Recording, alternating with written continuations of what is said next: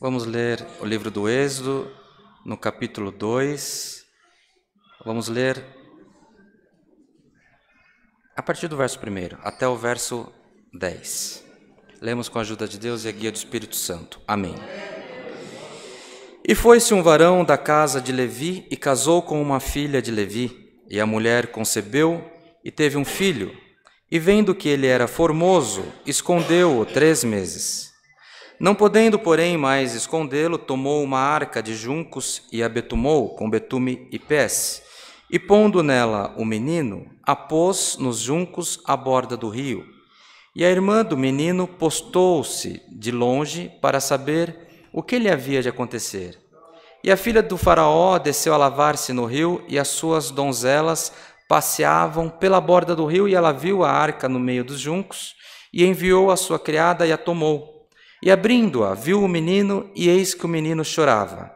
E moveu-se de compaixão dele e disse: dos meninos dos hebreus é este. Então disse sua irmã, a filha de Faraó: irei eu a chamar uma ama das hebreias, que crie este menino para ti? E a filha de Faraó disse-lhe: vai. E foi-se a moça e chamou a mãe do menino. Então lhe disse a filha do Faraó: leva este menino e cria-mo, e eu te darei teu salário. E a mulher tomou o menino e criou-o. E sendo o menino já grande, ela o trouxe à filha de Faraó, a qual o adotou e chamou o seu nome Moisés, e disse: porque das águas o tenho tirado. Somente até aqui, irmãos. Amém. Vamos. Irmãos, a palavra que o Senhor tem nos despertado nessa noite é uma passagem muito conhecida desta criança que tinha sobre ela um decreto de morte. Porque a época que Moisés ele é concebido, o Egito estava numa fase em que os hebreus se multiplicavam muito rapidamente.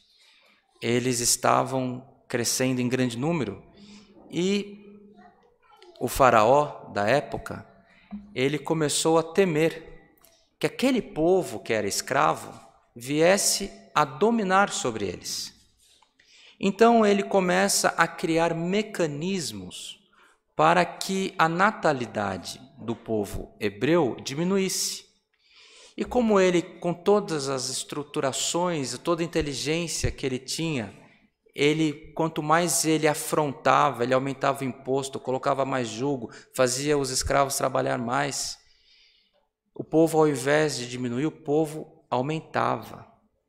Então, continuou o problema no meio dos egípcios, porque os hebreus começaram a ter um número muito grande. E chegou o tempo, irmãos, que o faraó tomou uma decisão definitiva. Ele falou: se nascer menina entre os escravos, estas viverão. Se nascer menino entre os escravos, esses deverão morrer. Porque matando os meninos, as meninas darão em casamento com os egípcios e haverá a extinção desse povo. E ele fez de uma maneira que ele combinou com as mulheres parteiras. Só que o plano dele não deu certo, irmãos. E as parteiras trouxeram ao faraó, dizendo que as mulheres hebreias elas eram muito espertas e não dava tempo de sacrificar os filhos. Então ele falou: tudo bem, então vamos piorar a maldade. Ele pegou o decreto e falou que todos os meninos que nascessem eram para ser jogados no rio. Assim se cumpriria a determinação do faraó. Então, irmãos, foi um espírito de maldade, um espírito demoníaco que tomou aquele homem para acabar com uma civilização inteira. E ele fez, esse dito não está escrito aqui por quanto tempo esse edito valeu, mas certo é, irmãos, que durante a existência daquele edito, daquele imperador, uma família aumentou e nasceu uma criança que já tinha um filho, Arão, tinha uma filha, Miriam. Aquela mãe, aquela esposa ficou grávida novamente e nasceu um filho. E quando eles viram que era homem, irmãos, por certo, houve uma grande consternação, porque o mandamento do imperador era que aquela criança deveria ser sacrificada. Mas a mãe, irmãos, mesmo sendo escrava, ela começou a preservar a vida daquela criança. Não sabemos o tamanho do sofrimento que aquela família teve para manter aquela criança em oculto, seja num choro, seja num passeio no sol, seja, irmãos, no dia a dia daquela família. Por certo, eles moravam numa habitação sofrível, então tinha muitos vizinhos que tinham também tido seus filhos sacrificados, então poderia levar aquela novidade ao governo. Então eles começaram a viver esse período de prova, irmãos, até que chega um momento que, em que pese estejamos falando de um povo escravo que morava em condições subhumanas, habitações de escravos, tinham alimentos de escravos, vestiam-se de escravos. Quando o Senhor tem um plano na vida de alguém, o Senhor muda até a estrutura física daquela pessoa. E está escrito no que nós acabamos de ler aqui, irmãos, que aquele filho de escravo, aquela criança escondida que não podia tomar sol, crescia e era formosa. Então ela foi ficando bonita. Só que chegou o tempo que a mamãe, o pai, não conseguiu mais esconder aquela criança.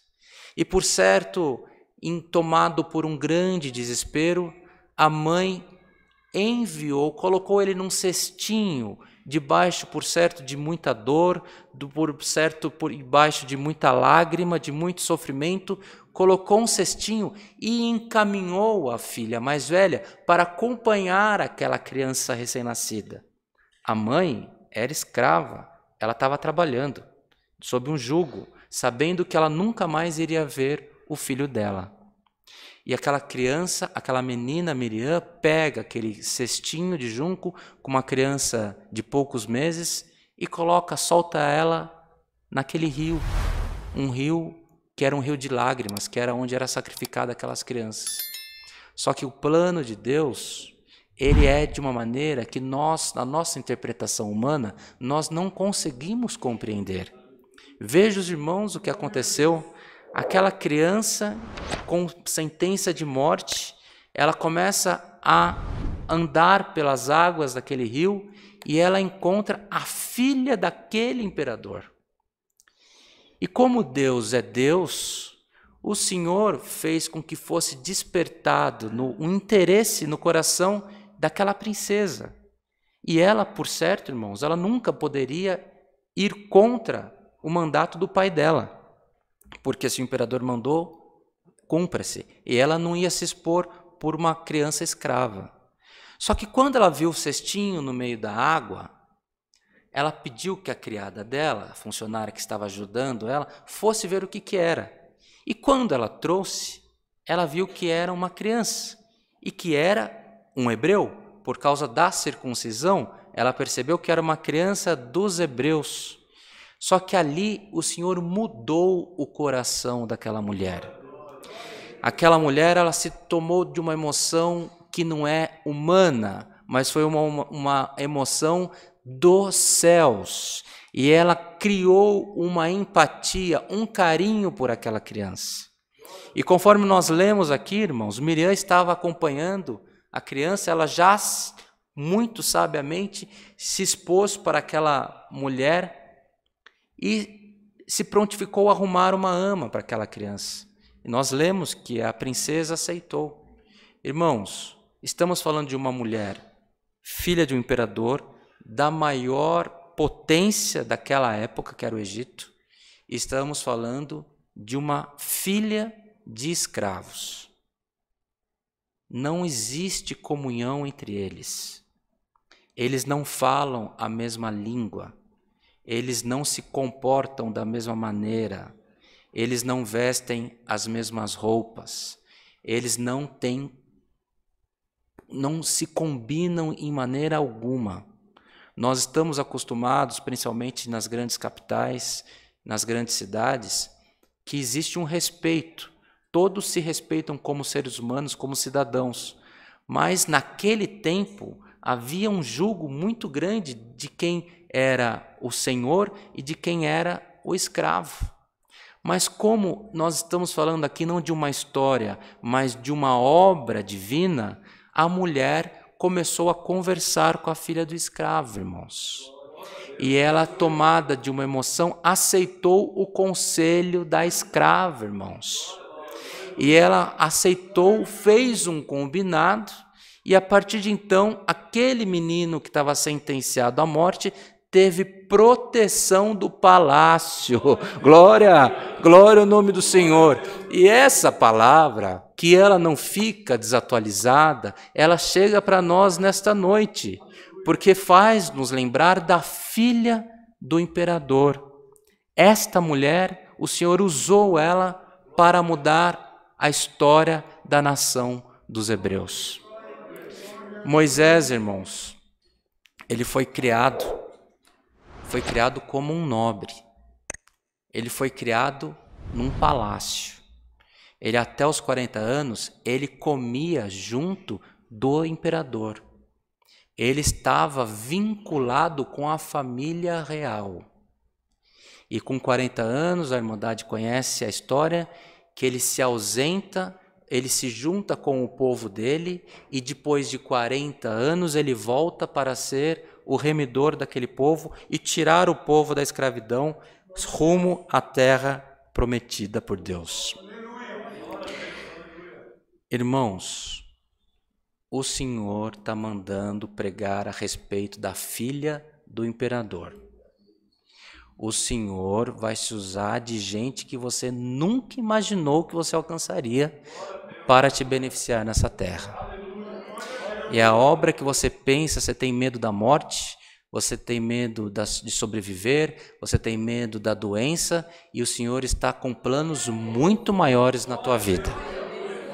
A mãe de Moisés, ela não chegou nem a colocar nome naquela criança, porque aquela criança estava tendo um período de sobrevida, ela não sobreviveria, porque tinha uma sentença, e eles não tinham direito a interpelar a justiça. Mas o nome daquela criança condenada à morte foi dada pela casa real. O Senhor está falando de mudança de cativeiro. O Senhor está falando de fazer coisas muito maiores do que a nossa compreensão humana. Os nossos sonhos, os nossos projetos, os nossos planos, os nossos medos, tudo está nas mãos de Deus. E o Senhor tem o melhor para fazer no meio de nós. Isso não é uma promessa vazia, isso não é uma promessa para te agradar, isso é o recado que você veio à igreja, pediu para que Deus falasse com a tua alma, e o Senhor te trouxe a anunciação do nascimento de Moisés. Ele não foi escravo, ele foi príncipe. Então tome a tua prova, coloque ela dentro de uma caixa bem pequenininha, porque o Senhor vem com bênção grande na tua vida. Essa é a palavra que o Senhor nos manda, recebamos ela como vinda de Deus, e que por tudo nas nossas vidas o nome de Deus seja sempre louvado. Amém. Irmão Everaldo, irmão pode vir agradecer o culto para nós?